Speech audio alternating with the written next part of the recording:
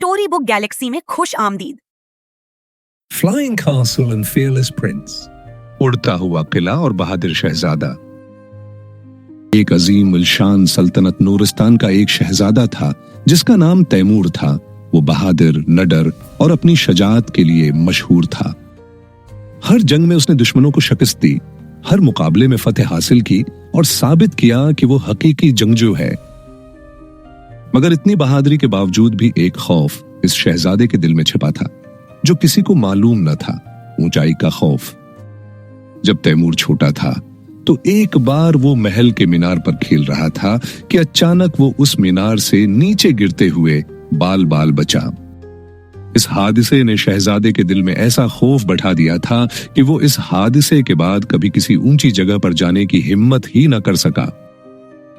वक्त गुजरने के साथ साथ शहजादा बड़ा होता गया, लेकिन वो अपने खौफ पर अभी भी काबू न पा सका था। एक दिन नूरिस्तान के दरबार में जब शहजादा और बादशाह दरबार में मौजूद थे, एक जख्मों से चूर मुहाफिज दरबार में दाखिल हुआ। उसने थरथराते हुए ऐलान किया, शहजादी सूफिया को काले जादूगर ने अगवा कर लिया है। वो उसे एक जादुई किले में कैद कर चुका है जो बादलों के ऊपर तैर रहा है। मुहाफिज की बात सुनकर दरबार में सन्नाटा छा गया।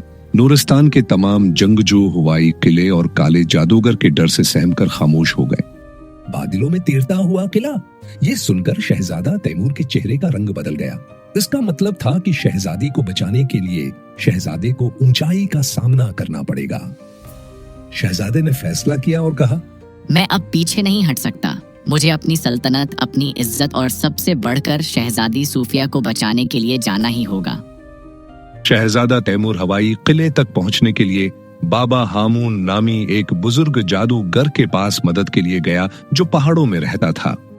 बाबा हामून ने तैमूर को मुस्कुराकर कहा, तुम ताकतवर हो, मगर तुम्हारे अंदर एक खौफ है। अगर तुम इस खौफ पर काबू नहीं पाते तो कोई भी जादू तुम्हें कामयाब नहीं कर सकता। ये कहकर बाबा हामून ने एक पुराना बक्सा खोला और उसमें से एक जादुई सुर्ख रंग का कालीन निकालकर शहजादे को दिया। जैसे ही शहजादा तैमूर कालीन पर खड़ा हुआ, वो हल्का सा लर्जने लगा जैसे वो खुद भी जीता जागता हो। बाबा हामून ने कहा, ये कालीन तुम्हें बादलों तक ले जाएगा, मगर याद रखो, अगर तुमने खौफ के बायस आंखें बंद की तो कालीन भी हार मान लेगा और नीचे गिर जाएगा।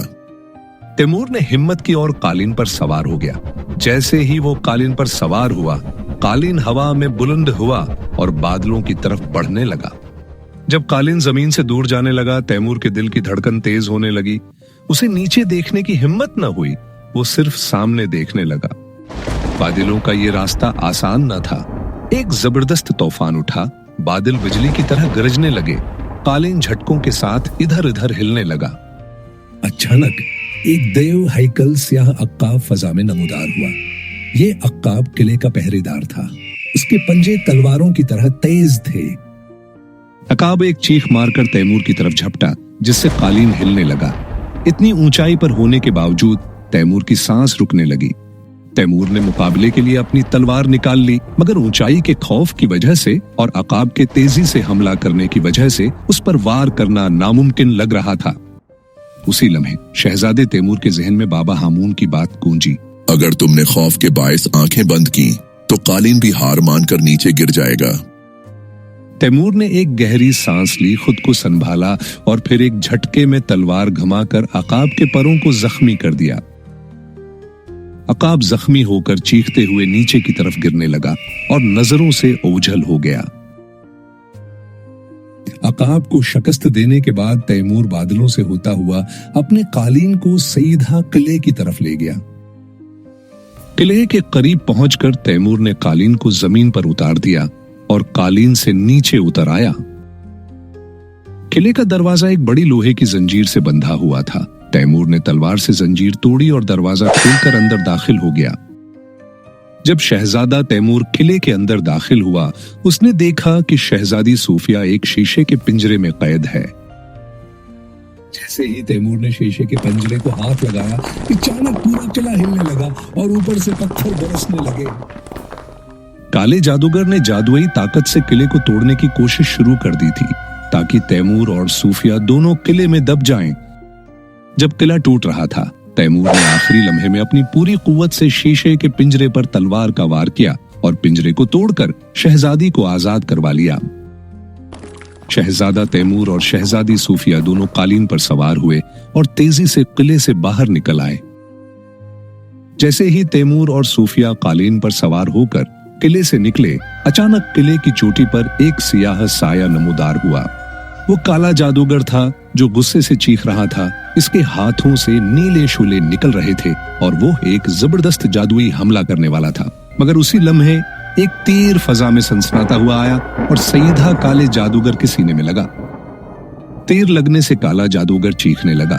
इसके जिस्म से तेज नीली रोशनियां निकलने लगी और अगले ही लम्हे वो राख में बदल गया। तैमूर और सूफिया ये मंजर देखकर हैरान रह गए और सोचने लगे कि ये तीर कहां से आया है। जब तैमूर ने उड़ते हुए कालीन से नीचे देखा तो वहां बाबा हामून हाथों में जादुई कमान लिए खड़े थे। शहजादा तैमूर और शहजादी सूफिया जादुई कालीन के जरिए बहफाजत जमीन पर उतर आए जहां बाबा हामून पहले से मौजूद थे। बाबा हामून ने तैमूर को देखकर मुस्कुराकर सिर हिलाया और कहा, अब तुम अपने खौफ पर काबू पा चुके हो।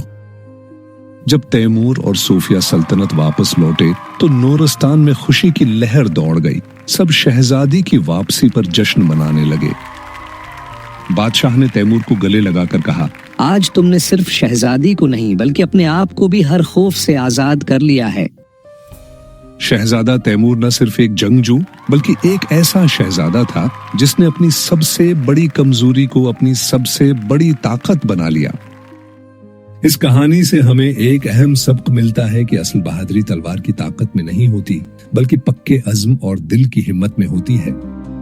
उड़ता किला और बहादुर शहजादा, खौफ को हिराया दिल से जीता, मुश्किलों से लड़ा शहजादी को बचाया ये नूरस्तान का शहजादा। उड़ता किला और बहादुर शहजादा,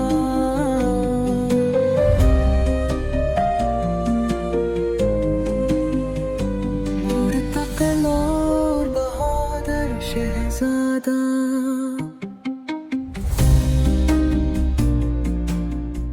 अगर आपको ये कहानी अच्छी लगी हो तो लाइक, शेयर और कमेंट करें।